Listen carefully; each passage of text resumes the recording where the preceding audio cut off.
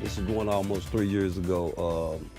All I can say is try to do something for us. Get some kind of information. Pass something along.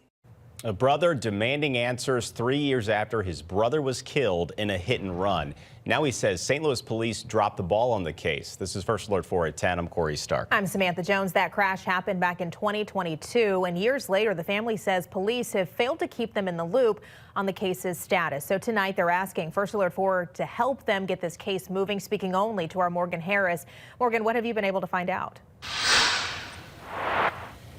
Yeah, so Sam, Damian Moore's family tells me that investigators dropped the ball on this case from the beginning. They've never stopped fighting for justice, and tonight we know that new eyes are being put on the case. I want you guys to do your job. It's not our, as a grieving family, to get out here and do your job. It's been 3 years since this horrible night, and James Chandler and his family are still grieving the loss of their baby brother, Damian Moore. I'm hurt. We all hurt. 3 years later, we hurt. But Chandler is determined to find out who hit and killed Damian the night of February 20th, 2022. We got a call saying he was hit by a car. Then it came out. Then it ended up being my little brother. So we went down there. Damian's family claims it was a botched investigation. SLMPD initially reported a woman was hit at Goodfellow in Sherry. They also told First Alert 4 a Pontiac Grand Prix hit Moore. I don't know where you're getting Grand Prix from. That was Chandler talking to First Alert 4 in 2022.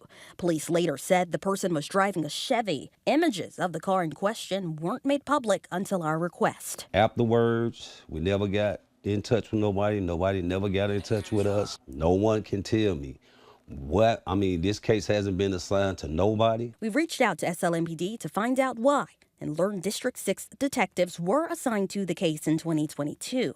Police told 4 saying, quote, after several contacts with no significant updates, it became clear to detectives that it was adding to the family's suffering. After several months, the case went cold.